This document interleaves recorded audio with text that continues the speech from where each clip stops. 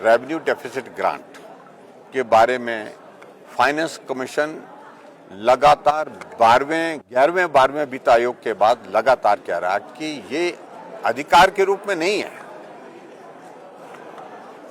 ये matter of right, ये इस तरह से नहीं है।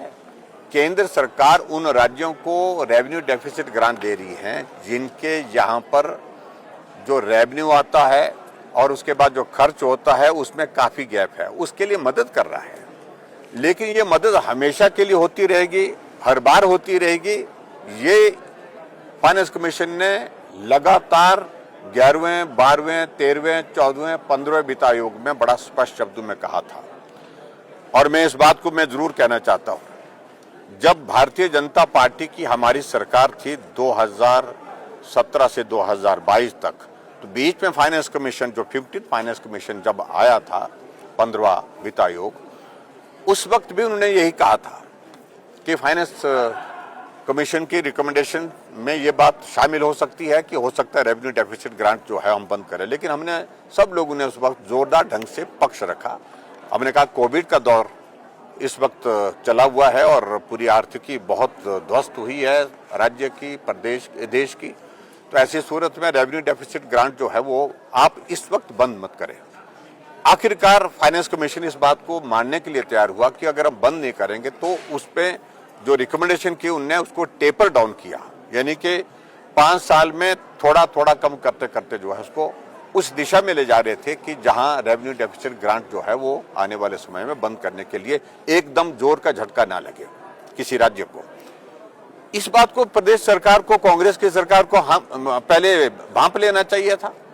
और मैं हैरान हूं इस बात को लेकर कि जब फाइनेंस कमीशन ने पिछले बार ही कह दिया था कि आने वाले समय में रेवेन्यू डेफिसिट ग्रांट आपको नहीं मिलेगी, तो अब की बार रेवेन्यू डेफिसिट ग्रांट का ना देने का यह फैसला एकदम अचानक नहीं है, ये बड़ा बार बार कहा जा रहा था। दूसरी बात मैं ये भी कहना चाहता हूं, कांग्रेस की 3 राज्यों में सरकार है, कर्नाटक में सरकार है उनकी, हिमाचल में और तेलंगाना में।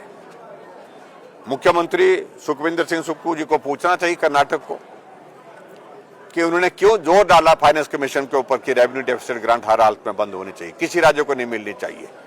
जब फाइनेंस कमीशन वहां पर कर्नाटक में विजिट किया तो उस वक्त भी उन्होंने यही कहा, दिल्ली में जो गए फाइनेंस कमीशन से मिलने तब उस वक्त भी यही कहा, तो उनको भी पूछना चाहिए। तीसरी बात, आगे बढ़ करके अब रेवेन्यू डेफिसिट ग्रांट जब मिल रही थी तब भी विकास कार्य हिमाचल प्रदेश में बंद ही थे पिछले 3 साल से, जब से 3.25 साल से सरकार बनी है विकास कार्य तो पूर्ण बंद है, संस्थान बंद किए हैं। और अब जब रेवेन्यू डेफिसिट ग्रांट नहीं मिलेगी, जो फाइनेंस सेक्रेटरी ने अभी प्रेजेंटेशन दी, मैं तो प्रेजेंटेशन में नहीं था, हालांकि वो चिट्ठी उन्हें जेब में डाल करके सबको दिखा रहे हैं कि जयराम ठाकुर को हमने निमंत्रण दिया था, लेकिन उनको ऐसी ओछी राजनीति में नहीं लगना चाहिए। प्रदेश के सामने जो संकट है उस पर बात करनी चाहिए। चिट्ठी बैकडेट से लिखी गई, 6 तारीख को चिट्ठी छापी गई, 7 तारीख को चिट्ठी मेरे वहां पर शिमला में भेज दी गई और 8 तारीख को मीटिंग रखी थी। हमें तो इतना ही कहा कि मुख्यमंत्री जी आप अगर गंभीर हैं तो इस सारे विषय को लेकर के आपको चर्चा करने की आदत उनकी नहीं है। ना कैबिनेट के साथियों की चर्चा करते हैं, ना कैबिनेट के साथ दूसरे जो डिप्टी चीफ मिनिस्टर हैं उनके साथ चर्चा करते हैं, ना पॉलिटिकल कुलीग्स के साथ चर्चा करते हैं। अब जाकर के फाइनेंस सेक्रेटरी कह रहे हैं कि हालात ऐसे बन गए कि हमको सारी सब्सिडी विड्रॉ करनी पड़ेगी, हमको सारे जो है एरियर और ड्यूज जो खासतौर से जो कर्मचारियों के वो फ्रीज करने पड़ेंगे, बंद करने पड़ेंगे, हम डीए नहीं दे पाएंगे, हम एरियर नहीं दे पाएंगे। अब वो कह रहे हैं कि विकास कार्य हमको पूर्ण रूप से बंद करने पड़ेंगे और सब्सिडी बंद करने का मतलब है कि बहुत सारा उसका इम्पैक्ट होगा। और यहाँ तक के हद तो तब हम देख रहे हैं कि जो बुजुर्गों को जो पेंशन मिलती है उसको भी बंद करने की दिशा में फैसला लिया जा रहा है।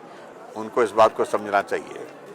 उन्होंने जब सरकार बनी तो उस वक्त भी यही कहा था कि भारतीय जनता पार्टी ने ऋण लिया। और मैं ये कहना चाहता हूँ कि पिछले कुछ सालों से जो सरकारें हिमाचल प्रदेश में बनी हैं, जिसमें कांग्रेस की भी शामिल है, सबसे कम ऋण हमने लिया। मैंने 5 साल में 19,500 करोड़ रुपए लिया। यहाँ कांग्रेस की वर्तमान सुक्खू जी की सरकार ने 40,000 करोड़ रुपए 3 साल में ले लिया। 1,10,000 करोड़ रुपए का ऋण हो चुका है।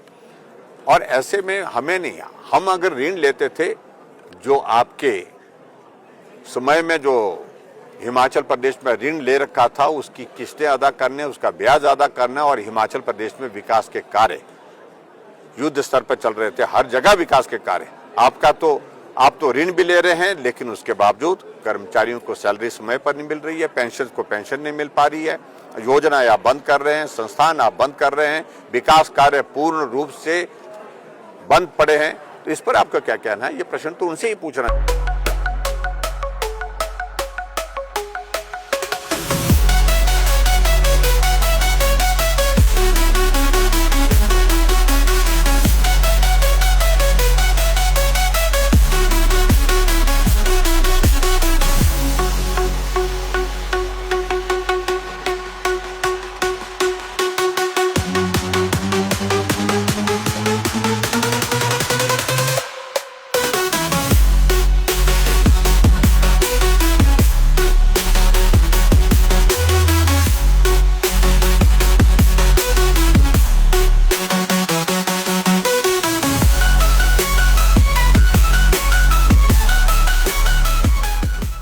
त्योहार के इस सुहाने सीजन में गोयल मोटर्स नेटवर्क की सोलन और शिमला स्थित नेक्सा शोरूम में पाई इंडिया की सबसे पसंदीदा गाड़ियों पर खास ऑफर। इग्निस, बिलेनो, फ्रॉन्स, जिम्नी और ग्रैंड विटारा जैसी शानदार गाड़ियों को खरीदने का साल का सबसे बेहतर वक्त। नेक्सा का खास ब्लैक एडिशन उपलब्ध है। सभी तरह की गाड़ियों से एक्सचेंज और अपग्रेड ऑफर भी। तो देर किस बात की, आज ही सोलन या शिमला में गोयल मोटर्स के नेक्सा शोरूम में पधारे और पाए कार खरीदारी का एक कभी ना भूलने वाला सुखद अनुभव।